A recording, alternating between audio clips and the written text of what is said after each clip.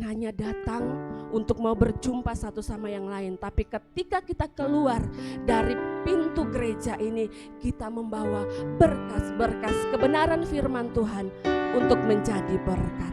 Mari sama-sama kita sambut firman Tuhan dengan pujian kasih pasti lemah lembut. Kasih pasti lemah lembut.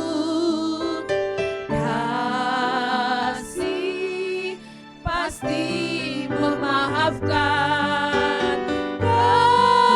kasih pasti murah hati, kasihmu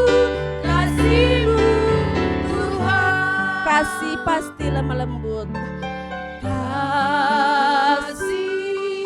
pasti lemah lembut, kasih pasti memaafkan, kasih pasti murah hati, kasihmu Tuhan. Ajarilah kami ini saling mengasihi, ajarilah kami ini saling mengampuni, ajarilah kami ini kasih-Mu ya Tuhan, kasih-Mu tulus tiada batasnya. Jemaat dipersilakan berdiri, sama-sama katakan kasih pasti lembut. Kasih pasti lemah lembut, kasih pasti memaafkan, kasih pasti murah hati, kasih-Mu Tuhan. Ajarilah kami ini saling mengasihi, ajarilah kami ini saling mengampuni, ajarilah kami ini kasih-Mu ya Tuhan, kasih-Mu kudus tiada batasnya. Ajarilah kami ini saling mengasihi. Benar Tuhan, ajari kami Tuhan untuk saling mengampuni Tuhan. Ajarilah kami ini kasih-Mu ya Tuhan, kasih-Mu kudus tiada batasnya. Ajarilah kami ini saling mengasihi. Kepada hamba-Nya saya berdoa.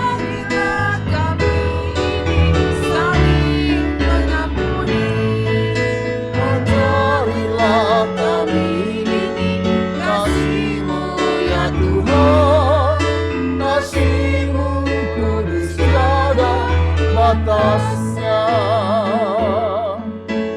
kasih-Mu kudus tiada batasnya.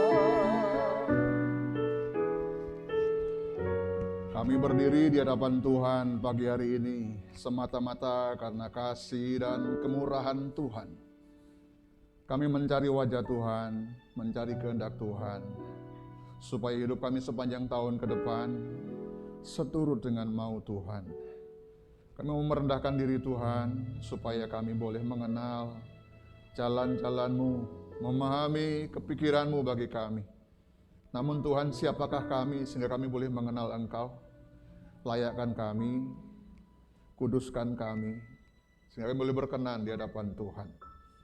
Berbicaralah dengan bahasa yang mudah untuk kami mengerti, dan kuatkanlah kami untuk melakukannya, sehingga kami bukan sebatas pemahaman dan pengertian, tapi kami mengalami apa yang Tuhan mau. Dalam nama Tuhan Yesus Kristus. Haleluya. Amin. Silakan duduk. Shalom.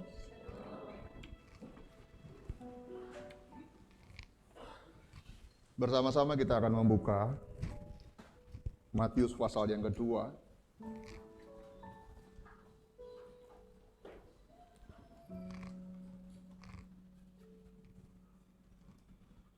Ayat 1 sampai ayat yang ke-12 kita bergantian membaca. Saudara yang belum menemukan boleh melihat ke depan. Matius 2 ayat 1 sampai dengan ayat yang ke-12. Saya bergantian dengan saudara. Sesudah Yesus dilahirkan di Betlehem di tanah Yudea pada zaman Raja Herodes, datanglah orang-orang Majus dari timur ke Yerusalem terus.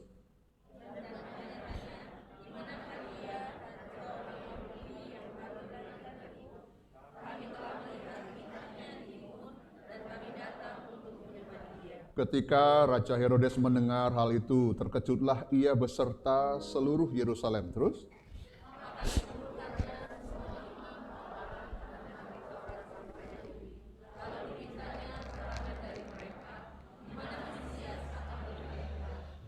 mereka berkata kepadanya, di Betlehem di tanah Yudea, karena demikian ada tertulis dalam kitab Nabi.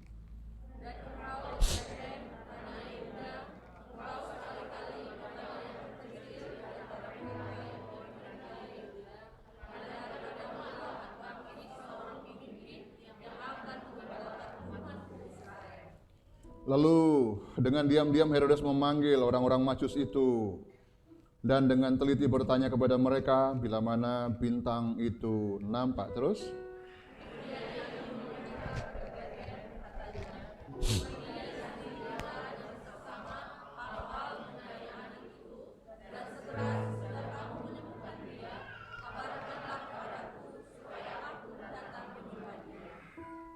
setelah mendengar kata-kata raja itu, berangkatlah mereka dan lihatlah bintang yang mereka lihat di timur itu mendahului mereka hingga tiba dan berhenti di atas tempat di mana anak itu berada.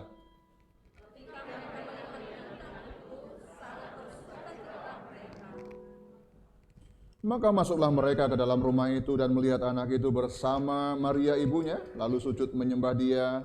Mereka pun Mereka membuka tempat harta bendanya dan mempersembahkan persembahan kepadanya, yaitu emas, kemenyan, dan mur. Terakhir,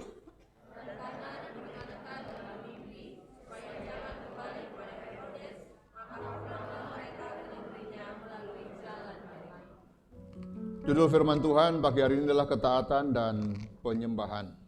Suatu ketika ada seorang pemimpin paduan suara datang kepada pendeta. Dia melapor kepada Pak Pendeta karena ada salah satu anggota paduan suara yang suaranya fales dan sudah ditegur dengan terus terang oleh konduktor, oleh ketua paduan suara ini, suaramu fales, mungkin kamu cocok untuk pelayanan di tempat lain, menjadi usher, atau mungkin melayani multimedia yang tidak memerlukan suara. Tetapi orang ini tetap ingin bergabung di paduan suara.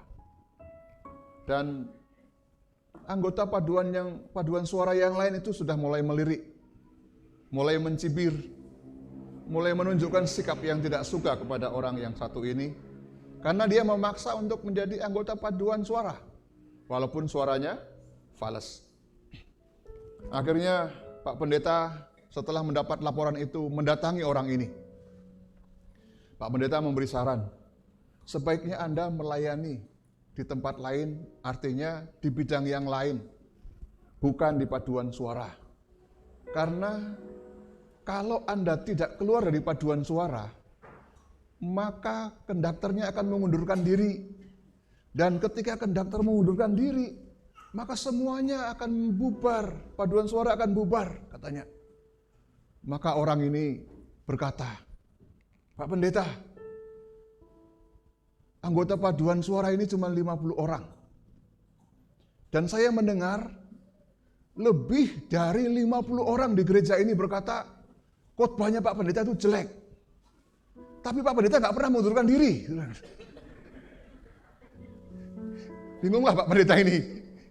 Akhirnya Pak Pendeta kompromi. Baik. Pak Pendeta berkata, penyembahan itu bukan soal memuji, bukan soal menyanyi, bukan soal musik katanya. Mulai Pak Pendeta mulai kompromi. Dan memang betul, penyembahan itu bukan soal menyanyi. Tapi menyanyi harus dengan baik. Amin. Kayak Pantekosta hari ini. Hari ini Presbyterian ya saudara. Saudara, kadang-kadang kita menyimpulkan penyembahan itu adalah kita menyanyi, kita berpaduan suara, kita bermusik. Tapi kalau kita simpulkan di sini ternyata penyembahan itu bukan itu. Orang-orang Majus tidak pernah belajar bernyanyi seperti orang-orang Yahudi. Tidak ada juga di sini ada nyanyian yang dipersembahkan kepada Kristus ketika Kristus lahir di Bethlehem. Dia datang begitu jauh berbulan-bulan, entah berapa bulan, tapi kalau Ezra sampai ke Yerusalem itu 4 bulan perjalanan. Tapi mereka mungkin lebih cepat. Saudara, apa yang dilakukan orang-orang Majus? Tidak memuji, tidak mengangkat tangan, mungkin juga tidak tepuk tangan, tapi mereka menyembah Tuhan dengan caranya sendiri. Jadi pujian penyembahan bukan sekedar nyanyian. Pujian penyembahan bukan paduan suara. Tapi bukan berarti nggak boleh menyanyi. Bukan berarti nggak boleh kita berpaduan suara. Tapi kita akan belajar bersama-sama apa itu penyembahan dan apa itu hubungannya dengan ketaatan. Kalau kita lihat di sini, next slide. Orang-orang Majus berjalan dari tanah kelahirannya di timur, banyak orang mengatakan dari daerah Babilonia. Itu membutuhkan satu komitmen yang kuat. Satu tekad yang bulat karena berjalan sangat jauh. Bukan berminggu-minggu, berhari-hari, tapi berbulan-bulan. Sangat mungkin mereka akan menghadapi badai padang pasir. Mereka berhenti. Kalau tidak ada cuaca cerah, mereka tidak bisa melihat bintang. Kalau nggak ada bintang, berarti nggak bisa berjalan. Kalau siang hari, mereka berhenti. Artinya nyaris mereka berjalan malam hari. Mengapa? Karena mereka berdasarkan bintang. Siang hari nggak ada bintang, ada tapi nggak kelihatan. Mereka melakukan itu karena komitmen yang kuat, tekad yang kuat. Jadi mereka taat untuk berangkat menuju ke pertama Yerusalem, karena pikirannya penyembahan semacam ini terjadi di Yerusalem. Jadi taat itulah respon tunduk atas permintaan atau desakan. Siapa yang mendesak? Orang-orang Majus. Siapa yang meminta orang-orang Majus? Nggak ada. Yang mendesak adalah penampakan bintang itu. Dan pasti itulah kehendak Tuhan. Jadi taat itu sudah sampai kepada komitmen setia untuk melakukan. Apa yang dia tahu mendesak dia sampai kepada komitmen. Aku harus jalan, kami harus jalan. Kami harus berangkat. Dan itu meninggalkan keluarga, meninggalkan profesinya. Otomatis meninggalkan pekerjaannya sehari-hari. Kalau dia berangkat misalkan 4 bulan, PP 8 bulan. Saya bisa menyimpulkan sampai 4 bulan kenapa? Ezra itu dari Babilonia sampai ke Yerusalem 4 bulan. Mereka bisa jalan mungkin siang hari, ini jalan malam hari. Dan taat artinya Tuhan berfirman untuk ditaati. Sekuat itukah ketaatan? Iya. Apa hubungannya dengan penyembahan? Next slide aja, kita agak cepat. Penyembahan itu tindakan kesetiaan sehingga memberi diri menghadap Allah atau pribadi yang tertinggi. Setia, tindakan kita untuk setia, kalau bahasa Inggrisnya devotion, memberi diri. Dan di dalam perjanjian baru, khususnya dalam Kisah Rasul itu memberi diri itu seringkali dihubungkan dengan baptisan. Mereka percaya dan memberi diri untuk dibaptis, devote himself, herself, themselves. Mereka memberi diri mereka. Jadi sesungguhnya ketika mereka memberi diri itu, mereka submit, mereka tunduk dan menyembah kepada Tuhan. Jadi penyembahan bukan sekedar emosional. Emosional itu menangis, ya kadang-kadang kalau udah menangis bersujud itu menyembah Tuhan, belum tentu. Bisa seperti itu, dan bukan sekedar juga ritual. Ritual itu yang terus menerus, ajak. Bisa juga penyembahan itu ritual, artinya dia memiliki jam-jam tertentu untuk menyembah Tuhan, boleh. Tapi juga menyangkut logika dan tindakan. Penyembahan yang dilakukan orang-orang Majus itu berdasarkan pertama logika. Mereka memiliki ilmu tinggi tentang astronomi, bukan astrologi. Astrologi itu ilmu tentang bagaimana akan terjadi masa depan, bagaimana menerawang masa depan. Tapi astronomi itu perbintangan. Dari bintang seperti ini pasti akan ada raja yang akan datang. Jadi dia tahu dengan ilmunya itu, logikanya itu berjalan, dan itu menyebabkan dia bertindak. Dan kemudian kalau kita bicara ini jadi terlalu teoritis. Kemudian mereka sampailah di Yerusalem. Di Yerusalem mereka bertanya, di manakah dia raja orang Yahudi yang baru dilahirkan itu? Kami melihat bintangnya di timur dan kami datang untuk menyembahnya. Wah, ini yang menarik. Ternyata dalam perjalanan itu tidak berubah pengakuannya. Dia sedang lahir raja Yahudi itu. Dan dia bisa menafsirkan kapan lahirnya, dan sangat mungkin itu agak terlambat datang. Mengapa? Karena Yesus tidak lagi di dalam kandang, bukan. Yesus sudah di rumah. Karena dalam ayat yang 3 kan, kemudian masuklah mereka ke dalam rumah, bukan di kandang. Sangat mungkin di Bethlehem Tuhan Yesus sudah ada tempat yang layak untuk tinggal. Dan setelah itu nanti Tuhan Yesus pergi ke Mesir. Dari mana uang ke Mesir? Ya, uang dari orang Majus ini, bayangkan. Dikasih emas untuk berangkat menuju ke Mesir. Sampai pulang menuju ke Nazaret, cukup. Itu tangan Tuhan itu bekerja. Tapi kita akan tidak di situ. Next slide, kita akan cepat ini khotbahnya saudara. Panjang ceritanya. Oke. Nah, kita belajar kisah orang Majus. Ada penyembahan. Penyembahan itu pertama dari pengetahuan. Jadi penyembahan itu melibatkan logika, bukan sekedar emosi. Banyak orang menyembah emosi. Saudara pernah lihat orang anak-anak kecil yang nangis itu? Ketika semua menyembah Tuhan dengan teriak, anak kecil angkat tangan menangis. Wah, anak kecil itu tahu nggak sih itu? Nggak tahu. Mereka berkata, luar biasa ini. Iya, luar biasa. Karena dia ikut nangis. Banyak orang melihat orang nangis ikut nangis. Ya. Karena emosi itu menular. Emosi itu menggerakkan. Tapi bukan itu.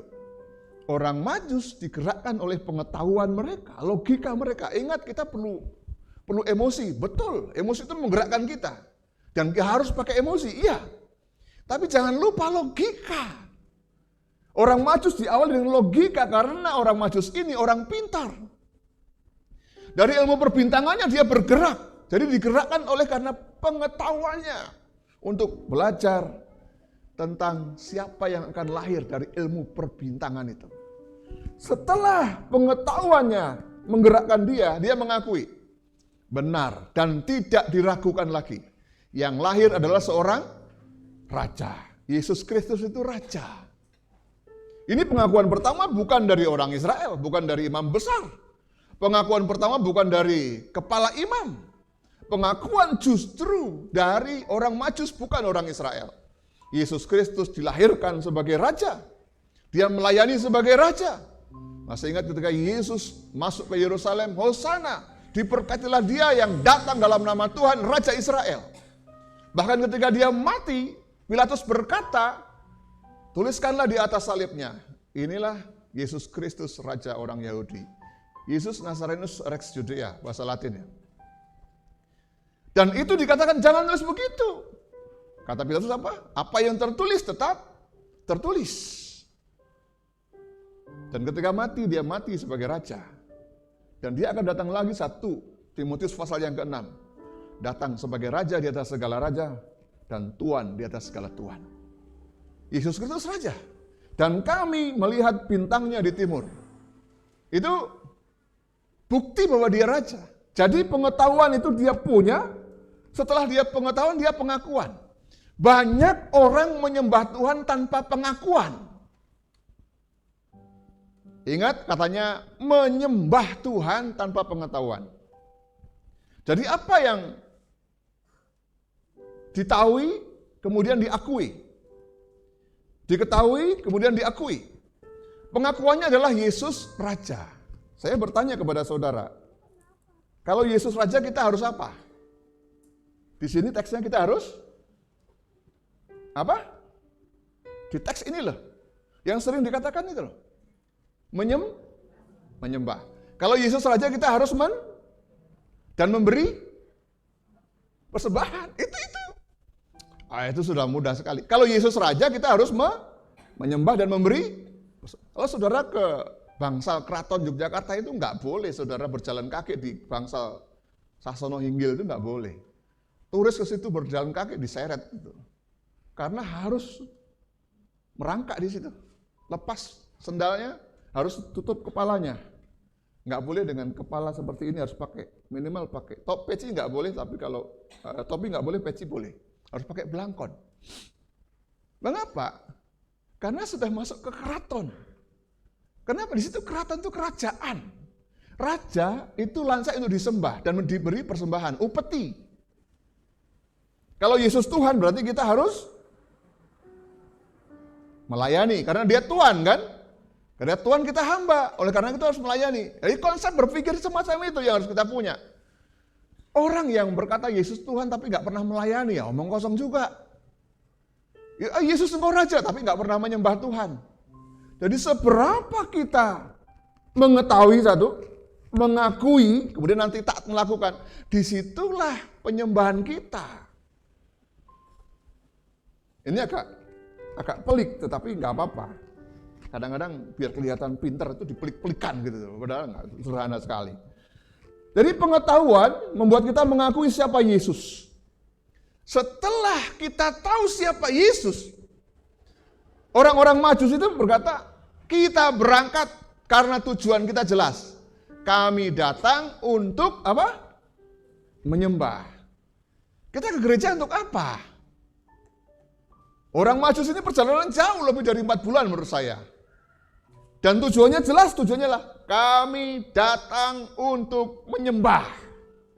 Oh, menyembah itu perbuatan merendahkan diri. Dan dia bukan orang bodoh dan dia bukan orang miskin. Ini orang kaya, punya posisi, orang pintar, tapi dia merendahkan diri. Masih ingat perkataan Tuhan Yesus ketika dia dicobai di padang belantara. Percobaan terakhir adalah, semuanya ini kan kuberikan kepadamu, asalkan kamu menyembah kepadaku. Hanya kepada Allah lah engkau harus berbakti dan menyembah. Kata Tuhan Yesus kepada setan. Apa sih artinya menyembah ini? Memberi nilai lebih kepada yang kita sembah. Jadi orang Majus ini, dia merendahkan dirinya untuk memberi nilai lebih kepada yang disembah. Tujuannya itu. Tujuan kita apa ke sini? Menyembah.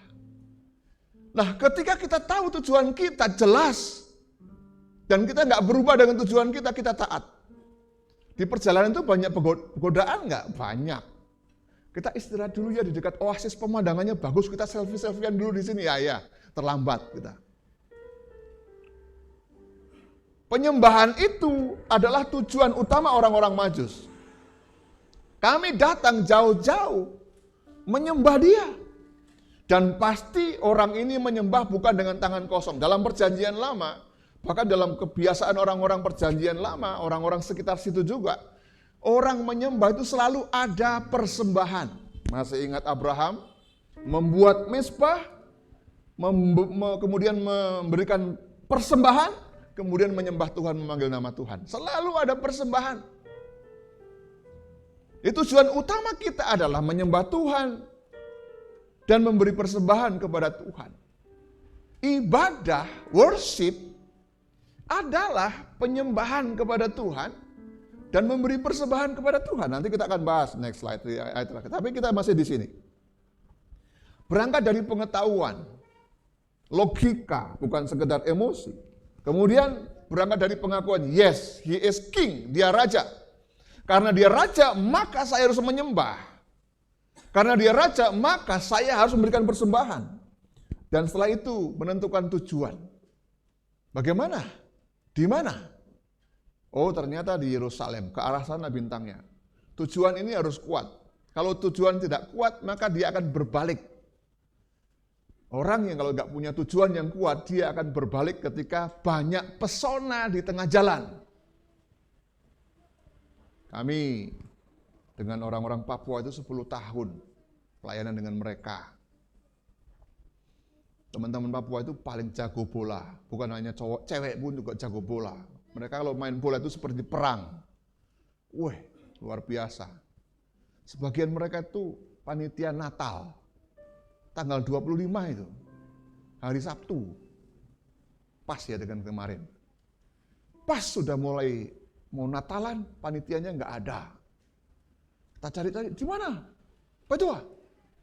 Maaf Bapak, kami main bola dulu. Waduh, sudah jam 4, ibadah jamnya main bola. Bayangkan, ke stadion bawa Alkitab. Ini panitia. Saudara, tujuan yang jelas itu penting kita kuat, pegang. Untuk apa sih kita ini? Bahkan untuk apa kita hidup ini? Tujuannya untuk menyembah Tuhan itu loh. Kalau kita nggak kuat, kita akan nonton bola, bahkan main bola gitu. Karena banyak pesona di kiri kanan kita, bahkan bukan hanya kalau bola mungkin mudah. Misalnya saudara, tapi ini kemarin saya dengar langsung. Tujuan saya melayani Tuhan, menyembah Tuhan. Melayani Tuhan berarti Tuhan sebagai Tuhan, ya kan? Melayani berarti Tuhan sebagai Tuhan saya. Menyembah berarti Tuhan sebagai Raja saya. Ternyata di tengah jalan, saya ditawari pekerjaan yang menggiurkan. Dan pekerjaan itu melebihi gaji saya sebagai pendeta. Karena pekerjaan itu gajinya di atas 9 juta. Sebagai satpam. Ada loh saudara. STH satpamnya itu gajinya 9 juta. Di gereja 3 juta. Pilih mana? Ya satpam lah. Ini fakta dan benar-benar terjadi. Mudah-mudahan online didengar sama orangnya ini. Iya, saya dikasih tahu beneran. Karena di luar sana itu menggiurkan. Tapi orang Majus ini tujuannya jelas. Kami datang untuk menyembah Dia. Sepanjang perjalanan itu jauh. Pasti banyak sekali pesona, banyak sekali yang menggoda di tengah perjalanan. Tidak usah ke sana jauh-jauh. Mengapa buang-buang waktu? Kamu bekerja, orang pintar bekerja menghasilkan uang, tapi justru dia membawa uang banyak. Persediaan perbekalan amunisi pulang pergi itu perlu uang banyak. Dan masih persembahan emas, perak, kemenyan, dan mur. Itu membuang, tapi tujuan yang kuat membuat dia bergerak. Itulah yang disebut dengan ketaatan. Kita punya tujuan, tetapi jarang orang taat. Tujuan jelas, tapi nggak taat. Ini tingkat yang lebih tinggi lagi. Sekedar pengetahuan, sekedar pengakuan, sekedar tujuan adalah ketaatan. Dalam kita menyembah Tuhan, kita harus ingat didahului dengan ketaatan. Ada penyembahan tetapi tidak diikuti ketaatan. Oleh karena itu istilah terjemahan lama, lebih baik dengar-dengaran daripada korban. Itu kitab terjemahan lama. Itu kisah tentang Saul. Lebih baik dengar-dengaran. Dengar-dengaran itu artinya taat. Lebih baik taat daripada korban. Karena Saul pada waktu dia harus menghabiskan Amalek itu, semua harus dihabiskan. Artinya laki-laki perempuan harus dibunuh, anak-anak termasuk wanita hamil itu harus dibunuh. Binatang pun harus dibunuh. Tapi Raja Agag nggak dibunuh. Dan binatang yang gemuk-gemuk nggak dibunuh sama Saul. Ketika Samuel datang, dia mendengar lenguhan sapi. Wow. Dan Samuel bertanya, suara apa itu? Itu suara sapi lembu. Nanti kita akan pakai untuk korban persembahan. Ingat, tujuannya untuk penyembahan. Tapi diawali dengan ketidaktaatan. Tujuannya untuk menyembah Tuhan, tetapi diawali dengan ketidaktaatan. Oleh sebab itu, Samuel berkata, lebih baik dengar-dengaran, lebih baik taat daripada korban itu. Taat dulu, baru kita berkorban. Setelah itu, Samuel berkata, Tuhan sudah memilih seorang lain yang berkenan di hatinya menggantikan engkau. Ketaatan itu mutlak ternyata. Sebelum kita menyembah kepada Tuhan. Dan terakhir adalah titik yang paling tinggi, penyembahan. Penyembahan adalah memberi diri. Submit, menyerahkan diri kita. Dan kita ada di bawah orang yang kita sembah. Raja kita yang kita sembah harus ada di atas kita. Penyembahan, kalau saudara ingat dari perjanjian lama sampai perjanjian baru, maknanya sama.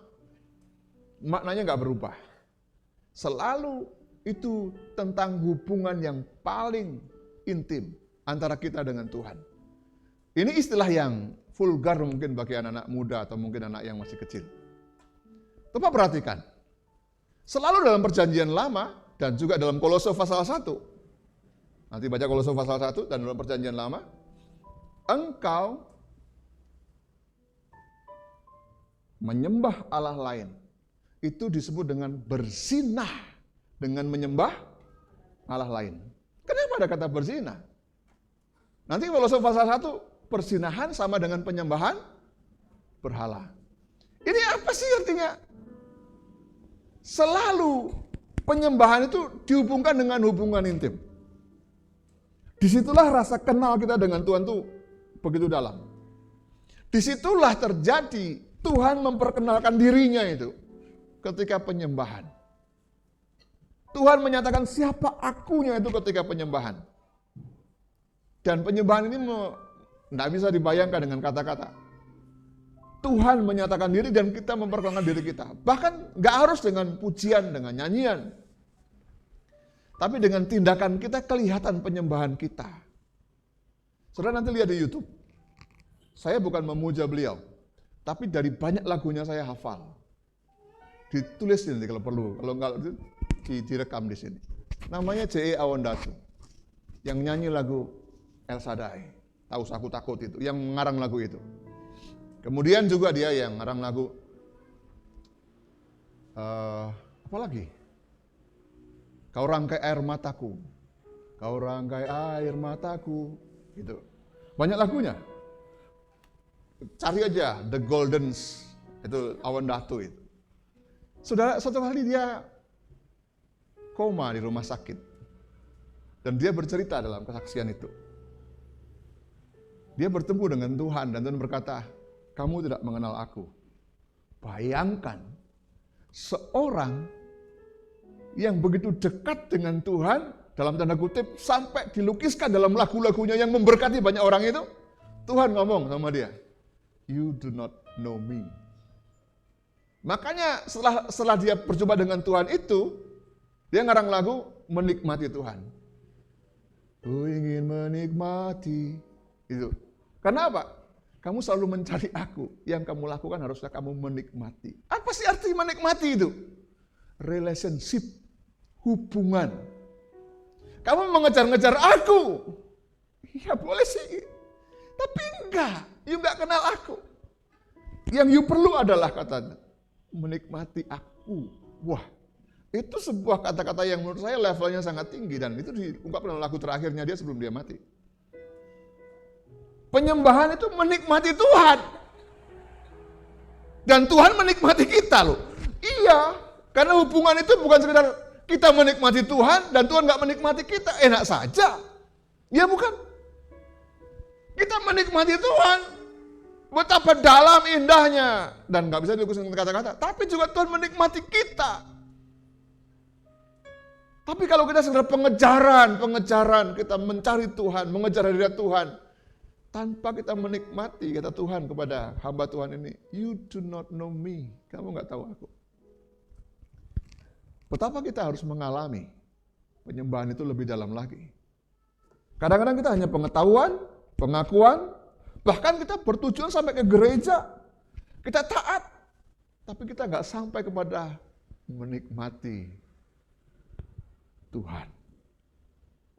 Dan ketika kita ada titik menikmati Tuhan, seperti perjumpaan orang Majus dengan Kristus, maka perjumpaan semacam itu membuat kita berubah. Dia keluarkan emasnya, kemenyan dan murnya bagi Tuhan. Paulus berkata, ketika dia berjumpa dengan Tuhan, setelah itu aku tidak pernah tidak taat. Dia memberi hidupnya kepada Tuhan. Next slide yang terakhir. Dari kisah orang Majus, kita tahu bahwa Yesus Raja, di mana dia layak menerima penyembahan. bayi kecil di rumah itu, bukan di palungan, sudah pindah ke rumah. Berarti agak terlambat itu orang Majus. Tapi bintangnya masih ada. Bayi kecil itu ternyata menerima penyembahan. Siapa yang menerima penyembahan berarti dia raja. Berarti dia adalah lebih tinggi daripada orang Majus itu. Bayi kecil itu ternyata raja dan akan datang lagi sebagai raja. Dan orang yang menyembah Tuhan selalu memberi diri kepada Tuhan. Saya ulang sekali lagi. Orang yang punya pengalaman menyembah dengan Tuhan selalu memberi diri kepada Tuhan dan tidak mudah terpesona, tidak mudah tergoda untuk berhenti di oasis, di tempat pemandangan yang indah di sepanjang jalan berpadang pasir itu. Perjalanan ini melelahkan untuk menyembah Tuhan. Perjalanan ini jauh untuk mencari Tuhan. Tapi ketika ada oasis kita berhenti. Tidak, penyembahan itu adalah memberi diri. Fokus diri kami adalah untuk menyembah Tuhan. Semua yang kita punya, semua yang kita capai, keberhasilan, sukses apapun tanpa pengenalan akan Tuhan, Tuhan berkata, you don't know me. Kamu nggak bisa menikmati aku. Nanti mudah-mudahan saya terangkan ketika ada pelantikan. Saya diberkati hari-hari terakhir ini dengan ayat-ayat itu dalam perenungan pribadi. Seringkali kita menikmati, nggak mengalami Tuhan secara pribadi. Ingat, penyembahan itu semacam hubungan intim. Oleh karena itu dalam perjalanan dikatakan yadah. Perjanjian baru proskuneo. Yadah itu, saya ulangi lagi, ketika Adam menghampiri Hawa, kata menghampiri itu disebut dengan yadah. Itu artinya juga penyembahan. Dalam sekali. Oleh karena itu, kita ini sebagai mempelai perempuan, Yesus sebagai mempelai laki-laki. Sedalam itu, saudara. Tapi betapa banyak orang nggak menikmati itu. Banyak orang berkata nanti. Ya silakan kalau tunggu sampai nanti. Tapi kita bisa menikmatinya sekarang bersama dengan Tuhan. Dalam penyembahan. Diawali dengan pengetahuan, pengakuan, tujuan, dan ketaatan. Kita menyembah Tuhan. Kemudian yang kedua, penyembahan selalu berimplikasi persembahan. Nah ini. Kita kadang-kadang memberi persembahan itu, kita hitung-hitung, ya bukan? Ya harus dihitung lah.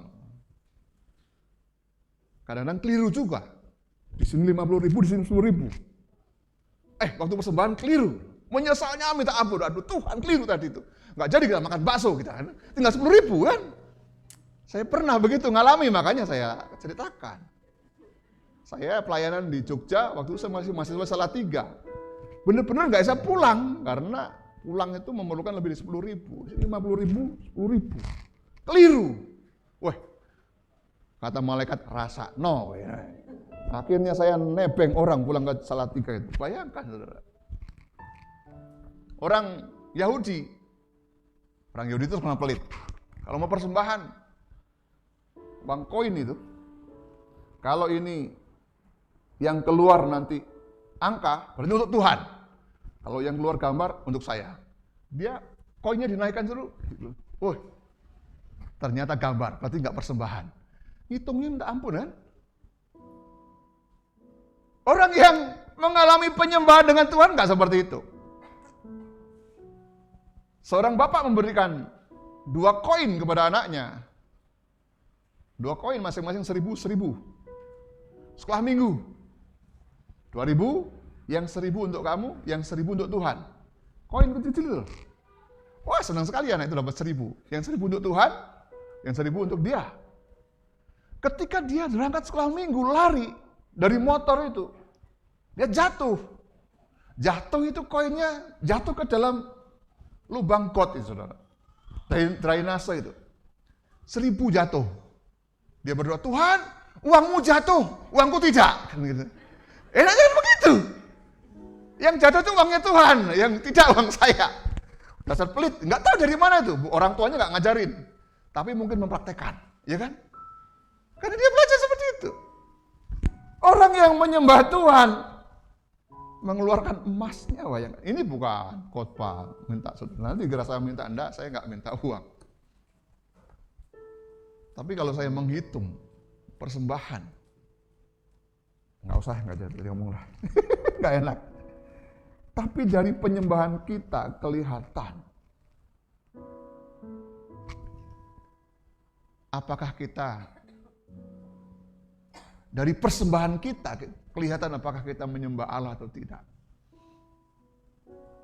Sekali lagi, dari persembahan kita tahu menyembah Allah atau tidak.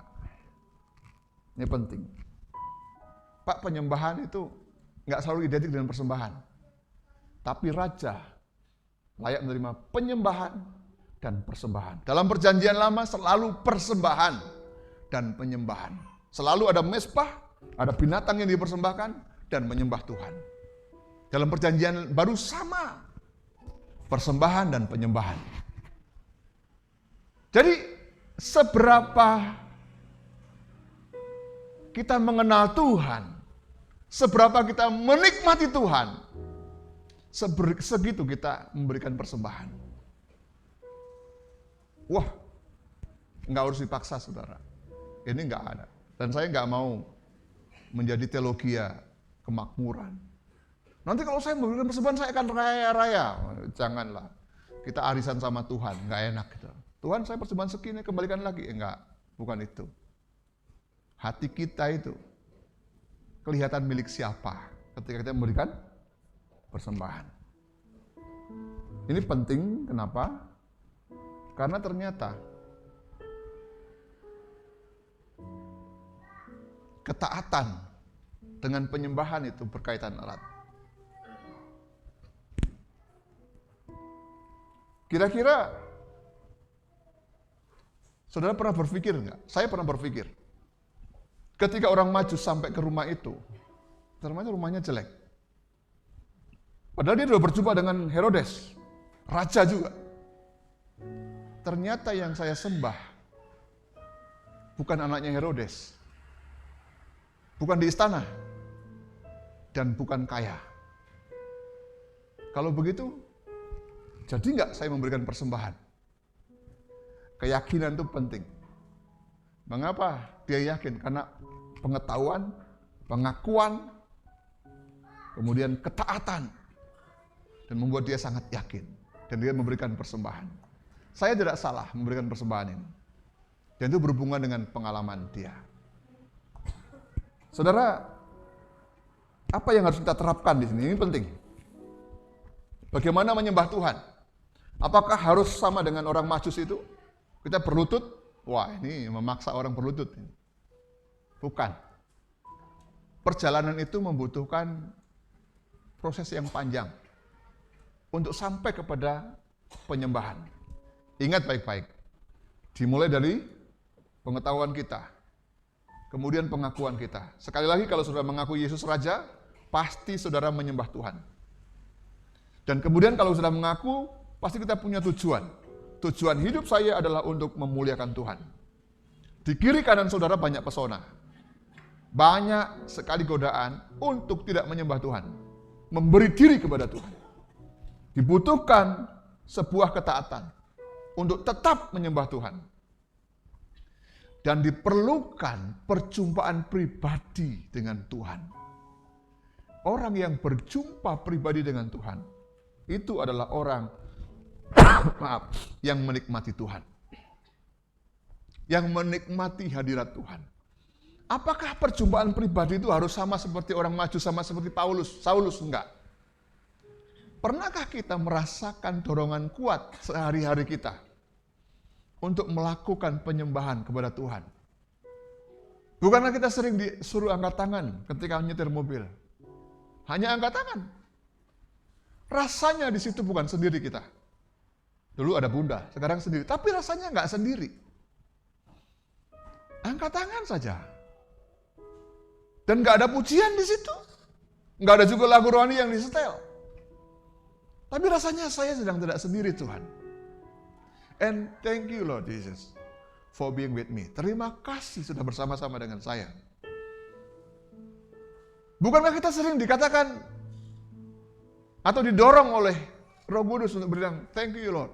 Bahkan ketika di kamar mandi,